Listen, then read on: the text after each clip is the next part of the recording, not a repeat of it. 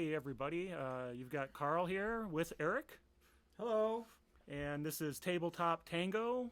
We're getting together to talk today about dramatic tasks. Bum Dramatic bum tasks. Bum, bum, bum. I feel bum. like we should all just do like the kind of thing. Yeah, so we're hoping we're They are very dramatic. very dramatic.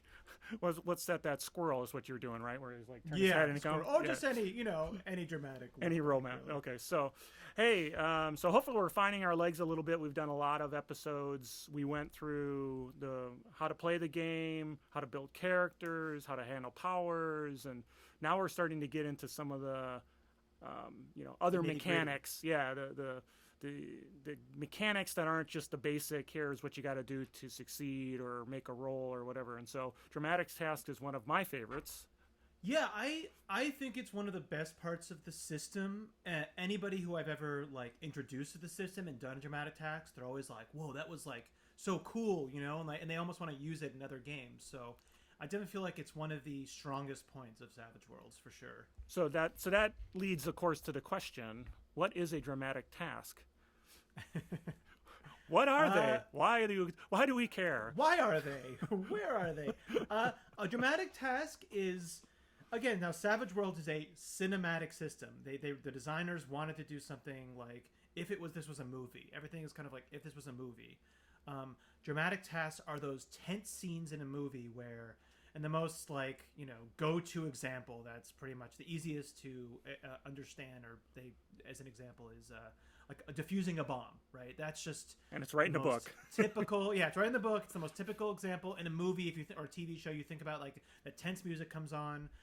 They're like, "Oh, we only got 5 seconds." It's burning down. They're trying to cut the right wire and everything. That is just the primordial example of a dramatic task. But there's a lot of There's a other lot of applications. There's a lot of applications because again, it's a mechanic that has Yeah. some great features to it. And so other dramatic tasks, for example, I have a adventure that's available on Drive-Thru RPG right now called the the Helix Nebula situation, and that has a dramatic task of trying to start an engine while sort of creatures are coming after you, doing all the steps that are necessary to make this engine start.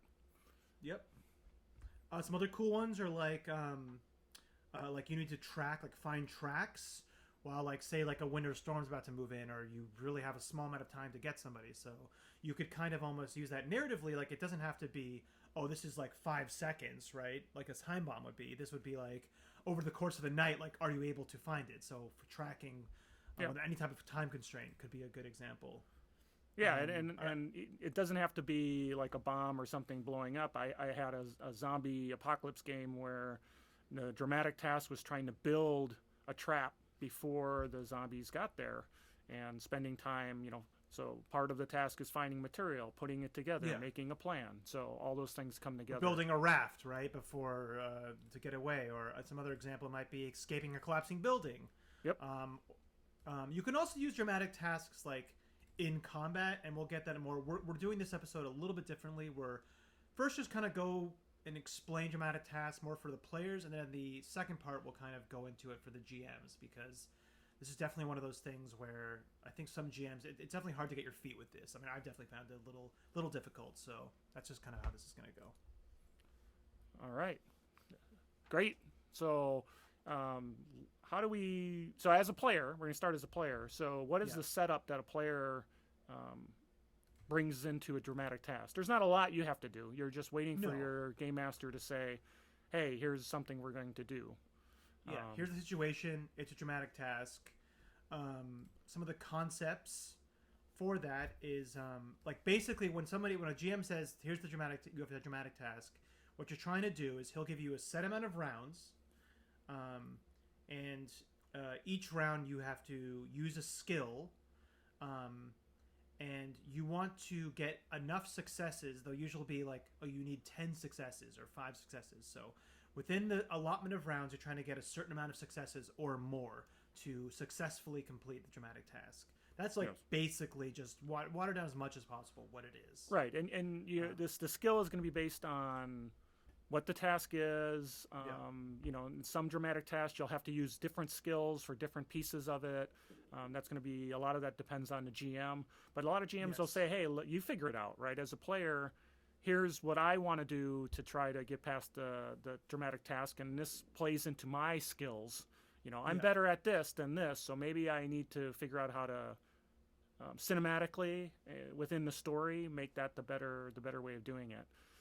And For then, sure, it's sorry. I just want to go on your point. It's Oh, go very ahead. GM dependent, just because some GMs and situation dependent. Sometimes it'll be like, this is the task, like defusing a bomb. I mean, you're probably only using electronics, or if there's a explosive skill. Some GMs will let somebody do repeating skills. Other GMs will be like, you can't do repeating skills, or will put penalties. So it really depends on the GM. But yeah, like you said, creative use, like coming up with a creative way, like selling it, like this is why I use this skill. And the GM, if some GMs might even give you bonuses for being creative, or for using a different skill than just like the straight normal, notice, which is kind of the go-to in so many things. right. So, I yeah. mean, even defusing a bomb, if you don't have good electronics, man, let's try to figure something else out that you can do to help. Figure something out. So basically, so the GM will kind of tell you what the situation is. The first thing that you'll know is it's a single person task or a multi-person task. They function pretty much the same. With a single person, it's pretty much just like one lead doing it. With a multi-person, like however many people are involved, they're all doing their own skill checks and adding to the total. And the number of tokens required tends to it goes up, and so often, the GM will define the number of tokens needed, and depending on multiplayer or single player, there may be a different number. Yeah, and when he says tokens, he means successes, which is Successes. But though they're called tokens dramatic task. I don't think we just said that. So in a dramatic task, you're trying to collect tokens, which you get tokens by every success and raise that you get when you do a skill in a round. So while there is single versus multi-person, you can do supporting roles in dramatic tasks. Again, very up to the GM, but if it's a single person, like, if it's defusing a bomb, normally that's going to be a single person task. But the other people could maybe support that, like by looking up online, like, the schematics of the bomb, or trying to look around the corner and get a better view. So support roles are allowed, but, with support, if you mess up or crit fail, you can actually give them a negative. Yep. So let's walk the process then. So that's kind of the overall. So first off, the game master is going to deal out a card to each player, just like you would for initiative, and then the player will use their skills as appropriate to try to get as many successes and raises as they possibly can. Obviously, bennies are allowed to do what you need to do. There is a little caveat there called a complication, and if you get a club, that is a complication. So what does a complication do us if we get that? So if your card that you got dealt is a club, it's a complication. And that's like narratively going to be like, oh, you did, something was wrong, or some outside force is affecting you, or you tripped, something was wrong. Complication's going to put a -2 on any roll that you make and any support roll going to help you.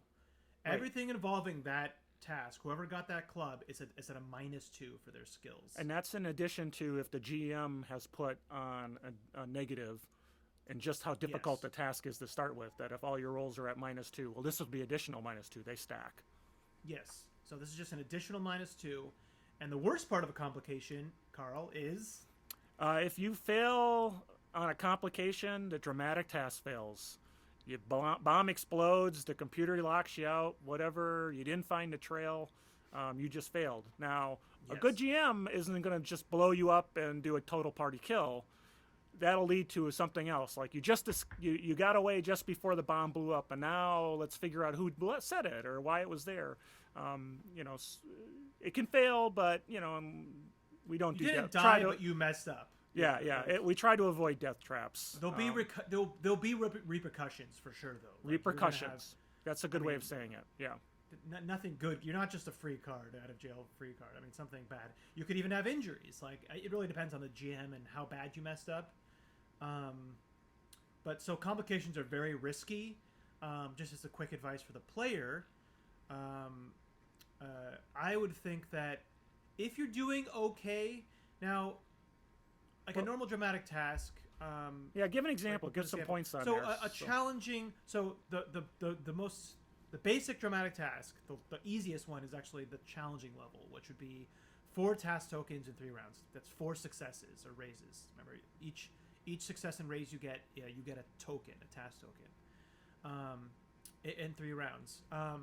So if you have 2 tokens and you're in the second round, then it's kind of a toss-up whether you do it or not. I probably wouldn't risk it and then try to go for it on the 3rd round. It is very hard to be in. I mean, it's easier when there's a multi-person task, I think, to be like, that person should definitely not try to go right now if there's a complication, right? But single person's a little bit harder to, should I not? Yeah. I figure if you have at least 1 round left and you're, 2-3 tokens off, it's probably not worth it, but Well, and you're going to be making a call, right? Again, like you said, if you need a couple of tokens and there's a couple of you left, can you count on your buddy to get get a raise, and then you don't have to do it? But a club can be a real bad thing, so you have to think real carefully. But it's the whole point is make it dramatic. So maybe you want to fail on that club. Yeah. Oh, and if you can don't have bennies, then probably not too. Yeah, right. That's probably not a good time to do it. Yeah. Right. Oh, and any other advice? I was gonna say. You were gonna say. No, I think again, for the player, the key things are the GM sets what you need to get. You're rolling against a skill.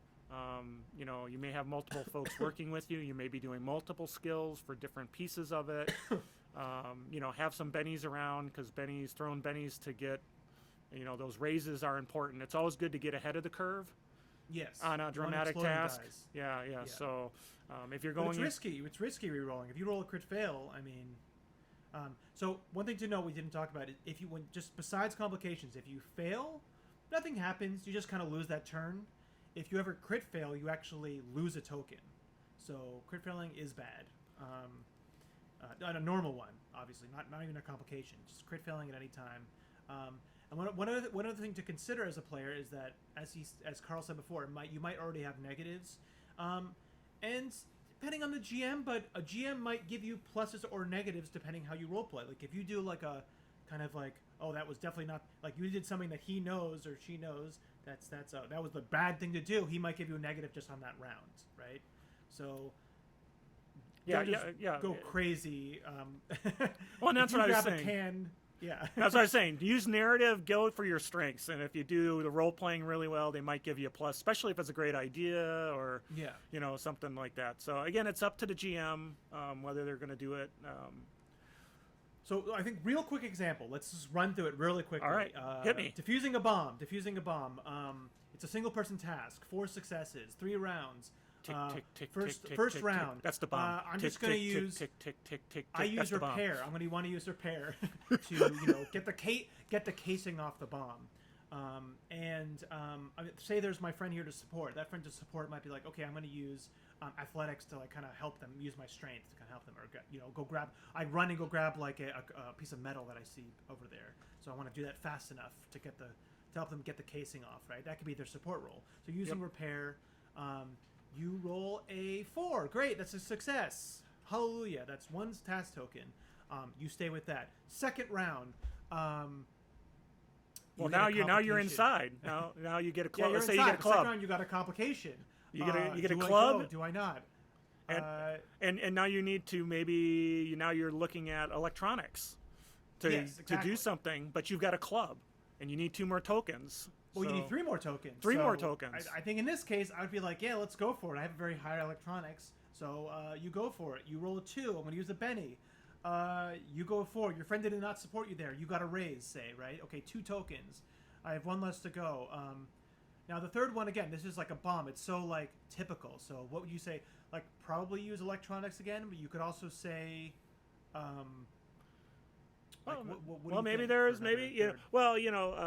maybe then it's a repair to now you figured it out. Now it's a repair to cut it and successfully not, accidentally touch the two wires together, or it's Yeah. science to, hey, I'm going to use science because, I've looked up schematics before and I understand how the technology works and whatever. I mean, you could figure Or there's something out. there's some like fluid in there that you're like, Yeah, oh, if yeah, I crack exactly. this fluid, it could freeze it and whatever. Yeah, so definitely being creative. It's again, it depends on the GM, and so that's basically, and then that final one, if you didn't get it, it would fail.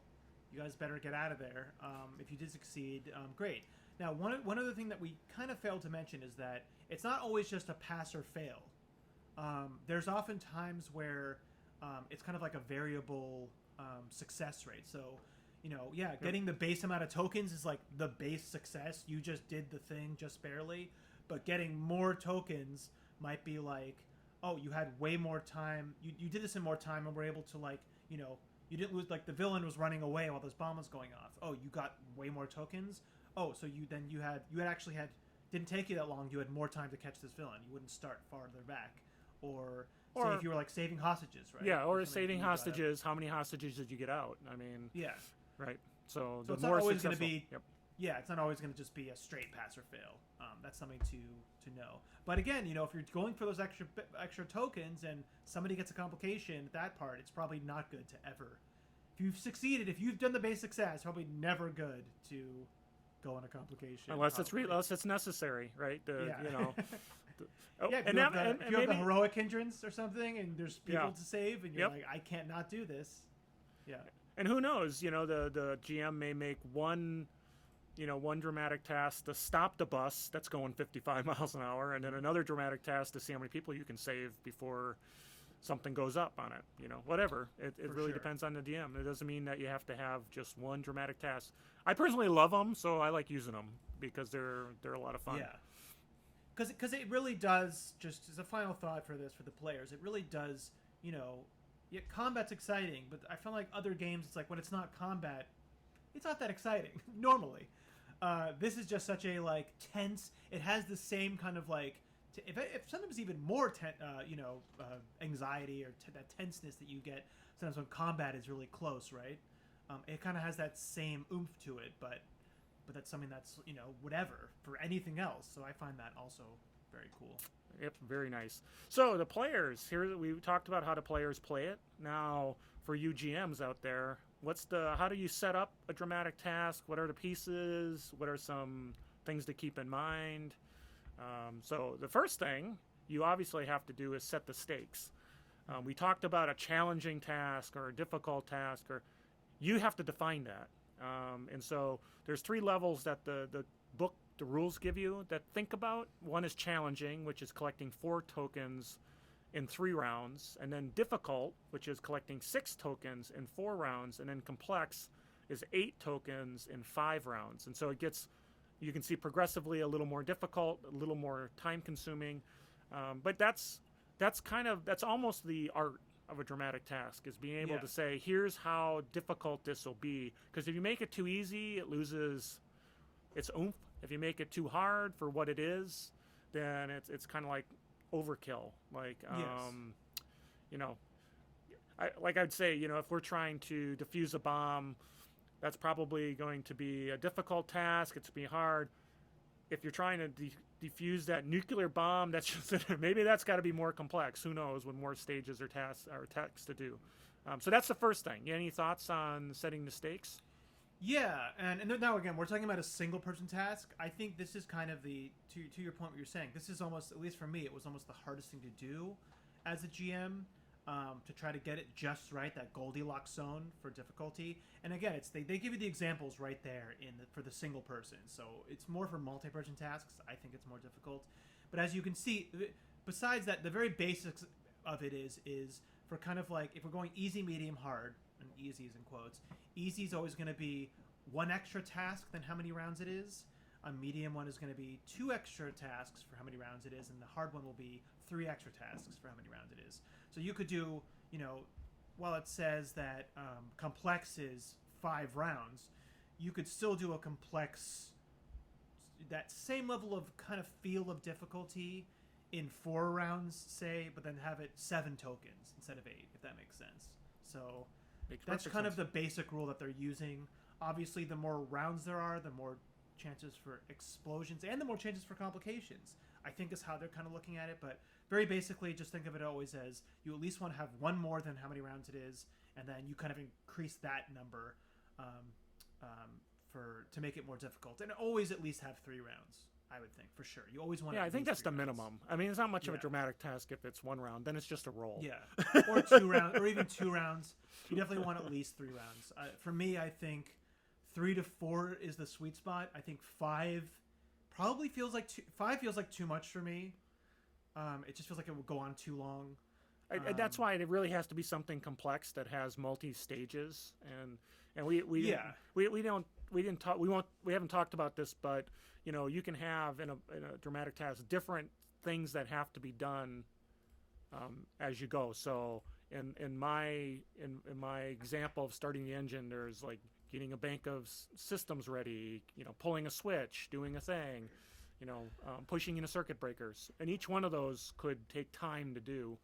So that would be the only time I think I'd use 5 rounds. But otherwise, to your point, 4 is good, 3 is good, 5 starts getting long. For sure. I think 5. I personally think 5 is too long. If you want to do that same complexity, just do as I said. Do 4 rounds and 7 tokens. Again, this is single person. Now, multi-person. This is much harder to set the balance for. And again, it depending what you want to do. Sometimes as a GM, like I want to throw this in for the players to give them that tense moment and to mix it up. But I really want them to succeed or just barely succeed, because I want that narratively, right, to be the sorry, there's a strange creature walking by. I want that narratively, and another strange creature narratively to I want them to just scrape up, but I really want them to succeed, because I want this thing to succeed to happen in my story. But obviously we all know that you can't control everything in these games. So the book gives you kind of a guideline for multiplayers, where it says assume each player gets an average of 1 success a turn, and then uses that kind of mathematically. I don't think it works that well. I don't think it works either. No. To be honest, it seems like when I've used that rule, it's turned out to be too easy, because somebody sometime gets people aren't stopping on failures unless they don't have any bennies. They're all trying to get a success, and then you'll get people with explosions. And I think if you really want to make people having to do actions at the same time, you want to bump that up a little bit, I think. Yeah. I mean, I almost think, and I get why they're saying that, why if you look at like the single person versus the multi-person, why the single person has to do, 4 tokens in 3 rounds or whatever, and they only have to do, if it was the same amount of tokens per rounds that they're in.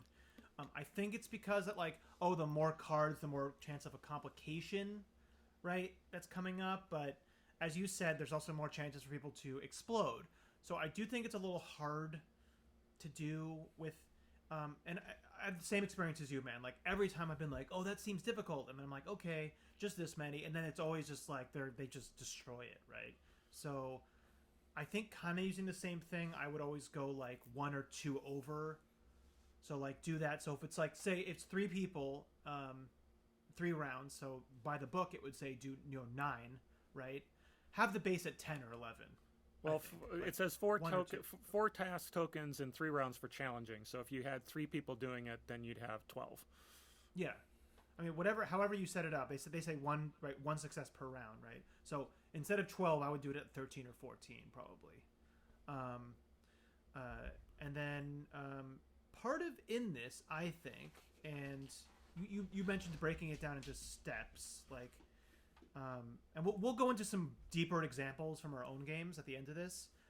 But yeah, like you said, like having different stages, kind of narratively having different. Oh, this round is this stage, and this round is kind of where you guys are at now.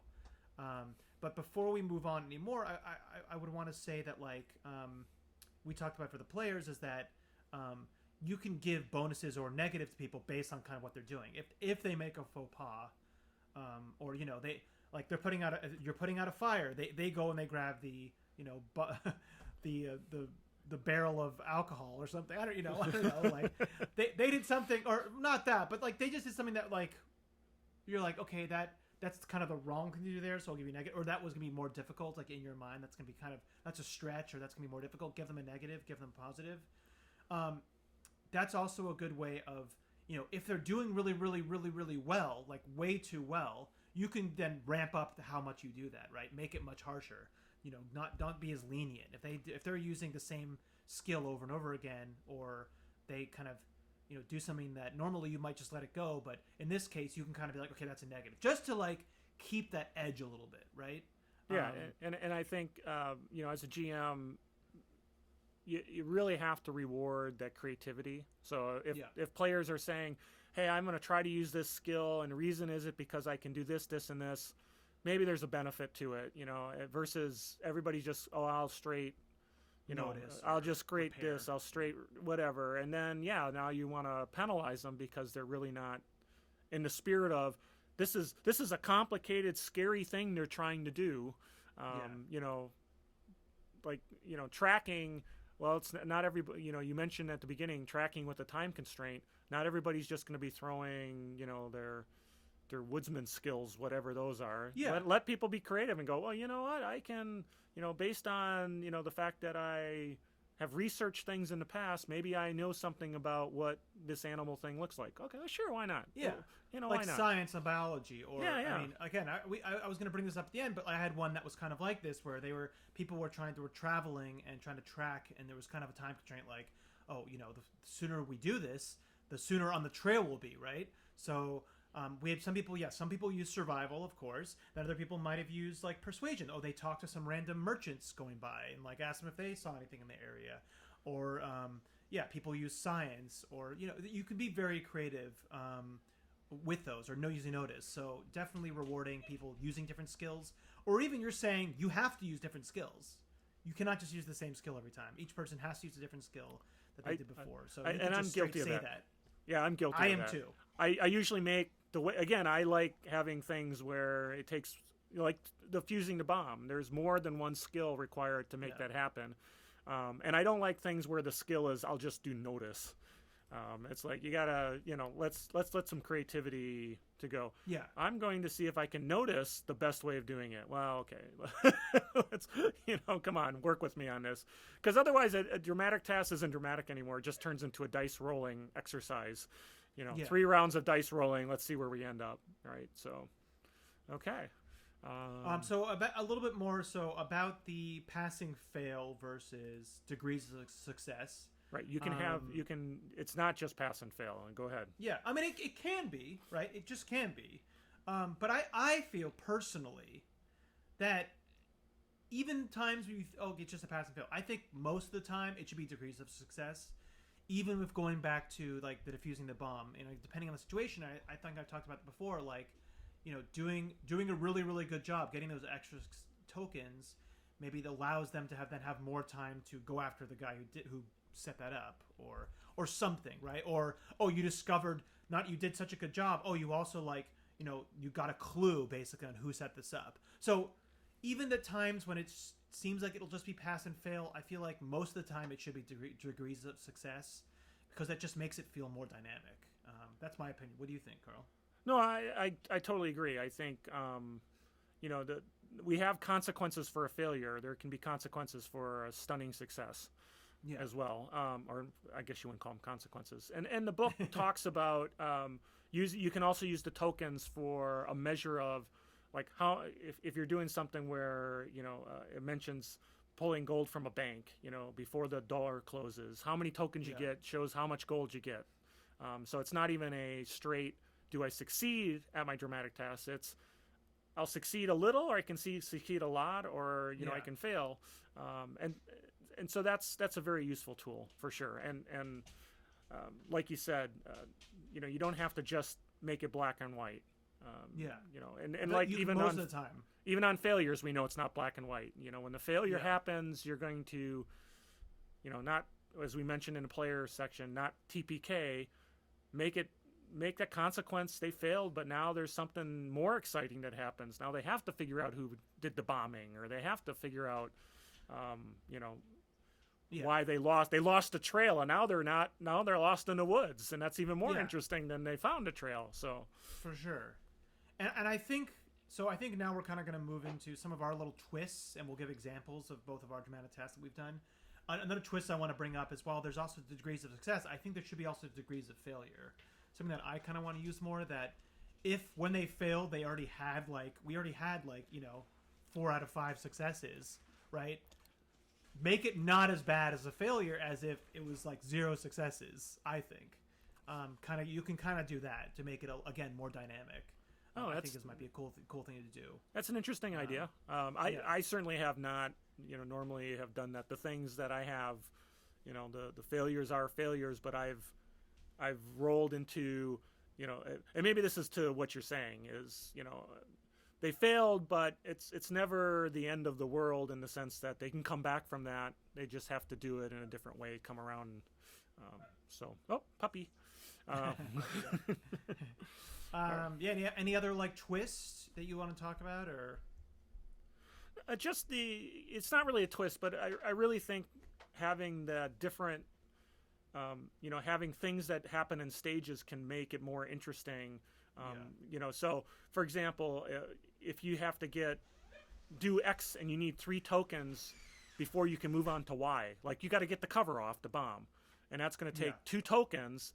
And if you have people are like trying to, somebody can't now say, hey, I'm going to use my electronic skill to defuse the bomb. No, we got to get the cover off first. And, you don't have the repair skill to do that. So now you've got problems. It's more interesting that way to at least in my mind, than I got all 5 in the first round. And so I'm good, for sure. I absolutely agree with that. I think, you shouldn't always do stages, but I think they're a really cool thing to do. I like them. Yeah. And that's a twist. And another twist I want to talk about is something that I've used before is kind of like optional objectives. And again, I think we'll get into this more with our examples, but kind of like basically like they're going to do the task. This is what it is. Blah blah blah. And then there's these extra things that if they want to like succeed while also doing this extra thing, then for one of the roles they'll just take a negative, right? And they don't necessarily have to succeed on that one. I mean, really up to you how you play this, but just that they did the role, and then if they succeeded at this, they get that whatever optional thing was. So, maybe in the case of, say, the bank vault, right, with the gold, getting the gold out, if you say, well, there's an optional objective of breaking into X, what are those little boxes called? Like a little... safe deposit boxes? Safe deposit box, and maybe getting some, like, numbers for like an address or numbers for some bank accounts or whatever, or like some optional objective that you're like, okay, if you want to do that optional objectives, you'll take a -2 for this roll. And then if they ended up succeeding, then they get that optional objective. So that's another twist that I like to use, that I came up with, or not, I don't know if I came up with it, but that I've used at least. And I was in your game where you did that, the Fallout game where you did that, and we had a choice between, we wanted to get out of Dodge. I was going to bring up an example, but go ahead. You want to bring that up an example? We'll hold off to that. First. You do your example first. So what's your first example? What's your example for one of these bad boys? Oh, well, so I'll give, I was just giving you some props for your Fallout game, but we'll talk about that in a second. So here's an example that kind of takes multiple stages. Warning, if you're going to go buy the Helix Nebula situation and play it, you might not want to listen to this example, because this is sort of at the end of the game. The players are trying to start the engine to save the day, and there's creatures that are trying to stop them from doing that. But the idea is they have multiple stages to do. They have to flip the circuit breaker. They have to push a button. They have to try to, warm up the engines. Then they got to push another button to fire them. And so there's multiple stages, and each one takes a number of tokens to do. And so the first player, who may be the primary player on one item, which is, hey, I've got electronics, I can do the circuit breaker, may not be the main primary character on another task, which is, hey, I'm going to use my athletics to jump past this puddle of goo that's stopping me and getting to the other side, and I'm going to help the person over. So now you can see they start getting into, well, I've got help rolls, I've got, I'm using a skill that's different than someone else's skill. I'm a combat monster, but I'm not just standing on the sidelines, because it's all sciencey and technology. So that particular one goes off very well, because all the players can be engaged. The one person can't get 12 successes and finish it while everyone else is standing on the sidelines. Everyone has a piece of the puzzle to solve, whether it's I got to work with the equipment, or no, I can help people get to other pieces of equipment, or I can, get people out of the way, or what have you. So I think it's a good example of sort of really. And then if they fail, the engine doesn't start, and it's even more exciting. Maybe now the next thing is they have to do something else. It's game over, right? Yeah. Because that was a one shot. And I'll say I played. Actually, I think I played the first game of that with you, right? Like, that was your first. Yeah, you were doing the test run. Yep. Yeah, I was in the test run. It's an awesome one shot in the GMs. You should definitely check it out. It's great that it ends with that dramatic task. It really kind of sums it up. So I highly recommend it as a one shot, science fiction one shot for SWADE. Check it out. Check it out. Yeah. Check it out. GM's, Drive Through RPG, or what that sort is, or where it's Drive Through RPG. Yep. Drive Through RPG. Yeah, it's awesome. Really, really good example of doing one in stages, and definitely a good cap to the end of that adventure. Now, speaking of another awesome one that used a little twist. And mine I want to bring up. So yeah, I ran a Fallout game, and it was actually pretty interesting because I had a dramatic task first of just defusing a bomb. And I had degrees of success for that one because they were also chasing a villain, basically. He got it off, but they did not manage to shut it down in time. And I knew going into this that they could either pass or fail. I knew for a fact, and I made it difficult. And part of it, like the difficulty, was also how soon did they get to it. So this whole adventure first started with them almost coming through this like basement labyrinth with all these ghouls coming and attacking them as the villain was running away. So part of the difficulty for that bomb was how soon did they get there? I'm going to say they did not get there soon. They spent a lot of time. There was a lot of creatures. Jesus, how are you supposed to get through them all? I made it hard. I definitely made it hard, but there was a lot of time with them. Oh, we're going to check out this closet. We're going to go over here and kind of hang out and wait. There was a lot of waiting. So it was definitely hard for them. I knew that there's a good chance that they failed, which then incidentally led into another dramatic task. But this was a rare time where a dramatic task led into another dramatic task. The second dramatic task was getting out of Dodge, but had a bunch of optional objectives. So basically, this nuclear bomb was going to go off in this town. They had to escape from this town in time. But they had a lot of objectives. They were there to find a bunch of stolen Veil wine, which is this thing that I made up for in the region that this game took place in. A lot of this was one that was kind of in stages and also had a degree of success. So basically, how well they did was how soon they got out of town.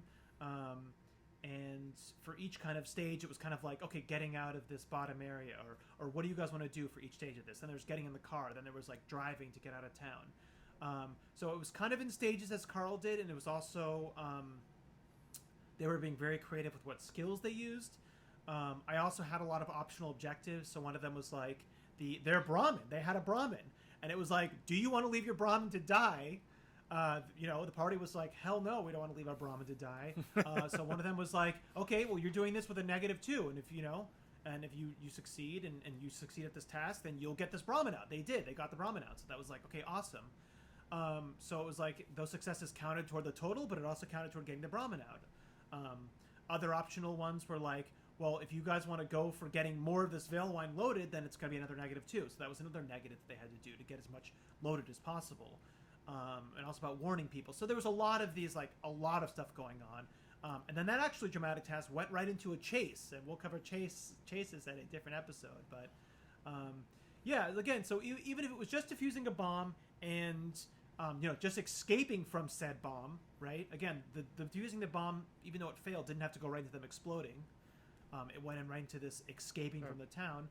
But again, I kind of thought it was pretty dynamic with how soon did they get there? That's kind of the difficulty, and then how bad did they do failing it? That'll kind of also set the difficulty for how many tokens they need to get out of town, and then throwing those optional objectives in. So, was there anything else you were in the game? Anything else you wanted to share? No, I think what was nice is this was also a multiplayer one. So we all had cards. We were all working towards trying to get through the dramatic task, but we each could do it in a completely separate way. Yeah. Like I went to try to get the engine started. That's what I wanted to do because we had to get going, and someone else wanted to go save the Brahmin. Each we were getting tokens with penalties or negatives, but we were all doing things, so it was interesting. Multiple players solving multiple problems at the same time, leading to one complete dramatic task. Versus my example is one thing that they're all trying to get done, but multiple aspects that have to be done that each player could possibly, each character can possibly play a role in. But I think these two examples, dramatic tasks are pretty straightforward. Like you read the book, the defusing the bomb, it's like, oh yeah, I got to get a certain amount of tokens. But it's when you add those little twists, takes multiple stages. Each stage is a different thing, or you can have these ideas of there's other stuff I can do. I can, grab the safe deposit box versus just the gold, and all those things that you put in make it a little more interesting from the player choice perspective. I have a choice of what I want to do and how I'm going to approach the problem. It's not just give me a repair roll, 3 rolls, 3 rounds in a roll, and if you get a high enough, you get all the tokens. Woo! Look at you go, right? Yeah. And I think those ones that like, I call it adding spice, more spicy, more spicy than the other ones. That's like, I know that players that you'll remember that, just like, when there's that really good combat that was like crazy, right? Those like crazy dramatic tasks that are more interesting, like that'll be just as memorable as some crazy combat that went on, right? They can be just as memorable. They can be just as tense, if not even more. So I definitely think, like, have fun with it. Like, in my example, the bomb one was pretty straightforward, and I wanted it straightforward. I didn't want it to be too crazy. It was kind of the end of a long, like, exploration combat thing. And then the next one I wanted to be, like, most of the session. So it was much crazier and more dynamic. So I think it's good to use both ones. It's good to use kind of both sides of that. Oh yeah, it depends on how complicated you're trying to do. I'm just saying, don't limit I guess the bottom line is don't limit your creativity and how you can use this mechanic. It's a great mechanic that has a lot of ability to add some spice. It can actually be used for a bunch of other things. I mean, you can use it for air combat if you want, or something. You know, I mean, you can use it for a lot of things. And this is an example of how good the plugs, all the different pieces of the system that plug into Savage Worlds. They can be used for a lot of different things. And so dramatic tasks is a great example of a core mechanic that is just so fun to use and so flexible in what you can do with it. Yes.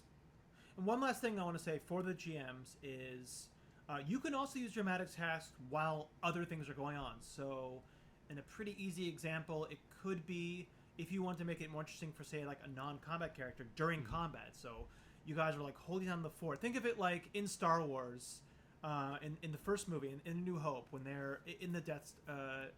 Was it in the Death Star? Yeah, in the Death Star. They're in the Death Star. Well, they're trying to get Leia out, remember? And they're like shooting at a door, and the robots are trying to hack the system. Exactly. So while they're rolling combat, you can have R2D2 doing a hacking dramatic task. Why not? Like, make it interesting for him. If he succeeds, like, they get through it sooner. If he fails, he doesn't. If you can add some bonuses there or whatever based on the successes there, but. You can use it in that way too. You can use it for just one person in combat or in some other situation. I think if you don't, there's a lot of settings out there that try to bring in hacking and those sorts of things to Savage Worlds, and they all do a very good. Some do a very good job, some don't.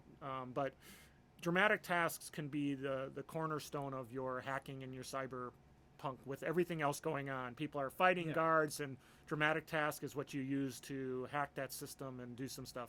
And there you go. You got the mechanic you need for your cyberpunk game. Or in a fantasy game, you can use for some like weird arcane, like, you're trying to just anything where somebody in combat, somebody's wanting to do something that's not just killing the enemy. Throw it in there for them. Make it more interesting for them, and then have it affect the combat based on how well they do. Yep. I think it can also be a very cool way to use it. So, yeah. And it makes it so much more dramatic. So, all right. Hey, any other last thoughts? I think we've covered, for what, 4 pages in a book or something like that. There's so much to it. There is so much to it, and it's one of those things, especially as a GM, it's going to be a little difficult at first. Like, I would start simpler, probably, to kind of see how it goes, or kind of run through it with yourself first. Run through it, kind of maybe how it would go, because it's one of those things that you really, really have to. And like with everything is GMing, like doing combats for the first time, trying to balance, quote unquote, balance them. It's one of those things you get better with time, but like I still have sometimes hard time, especially with the multi-person difficulties. Just how to get it that good Goldilocks of really tense, difficult, but not like insanely difficult. Right. Right. So yeah. All right. Well, great. I think that was a good episode. There's a lot of good information there for the player and the GM. Once again, I'm Carl, and Eric. Got Eric, and this is Tabletop Tango, and we will see you next episode. Next time. Yeah. Which probably will be Chases. So. Oh, now you're setting it. Now you're already telling it's gonna be Chases. Oh, you're right. Maybe I've got some ideas. I don't know. Okay, I don't know, but fine. No. Chases is good. Chases or social conflict. We'll see. Yeah, chases are complicated, so there would be a good topic, and tune into that one. All right. Well, thanks again. This is Tabletop Tango, and we'll see you later.